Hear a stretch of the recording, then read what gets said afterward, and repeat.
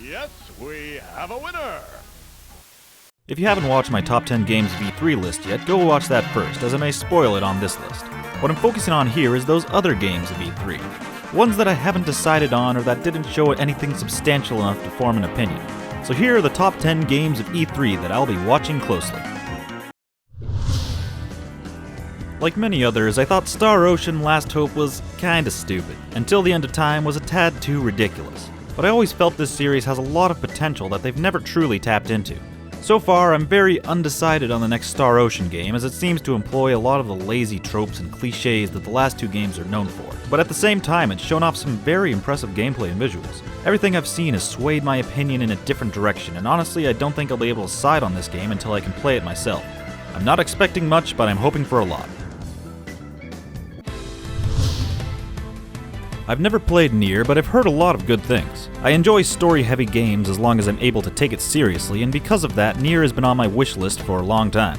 As for Nier 2, we don't really know much about it at this point, besides it exists. The one other thing that we know is it's being worked on by Platinum Games, and they have a very solid track record. I'd like to see more, but all we can do now is wait. Dishonored is yet another game I've never played, but it has interested me for a while. We didn't get any gameplay this year, but the trailer that was shown made the game look very interesting.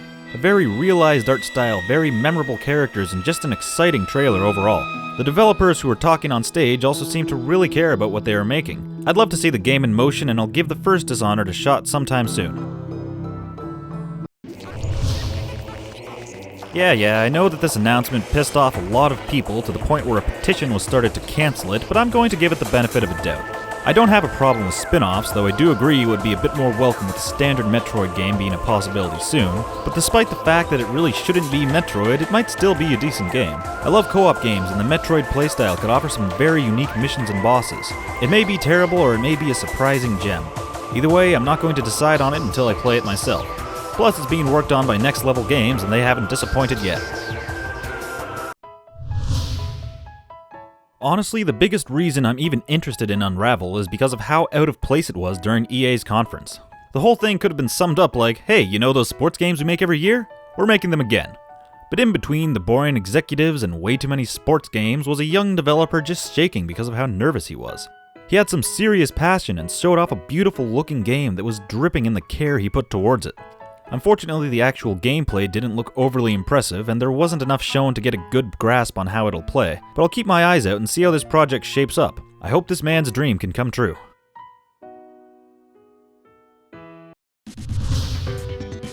The HoloLens may not be a game, but it was big enough that it deserves a spot on this list.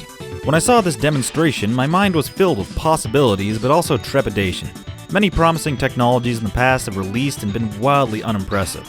Things like the Kinect and Oculus Rift didn't live up to the expectations they set. It's hard to tell how similar the demo they showed will relate to actually donning the helmet, but I'm holding off on judging until I can wear one myself. But even the non-virtual reality functions seem like they have promise. Imagine lying in bed and playing Banjo-Kazooie on the roof, or turning any wall into a home theater. The HoloLens could turn out to be a revolution or just another bump in the road, but I'll be waiting until then. Also, the price is probably gonna suck. Square announced that they recently opened a new studio dedicated to JRPGs. That's awesome. You know what's not awesome? An announcement trailer that featured nothing but concept art. What was even the point? During Sony's conference, a little trailer for a super chibi Final Fantasy game was shown. No gameplay was shown, but they're probably just saving it for Square's conference. Or Square could just show the exact same trailer and not answer any questions. For God's sake! Well, there are a lot of great FF spin-offs like Theater Rhythm and Crystal Chronicles, so I'll wait and see how this turns out. But it just seems like it didn't need to be announced if they weren't able to show anything. Inafune and the developers of Metroid Prime working on a sci-fi game? Robots, ruins, action, and adventure? Sign me up! Now let's see some gameplay. Oh, you got nothing? Well, that's cool.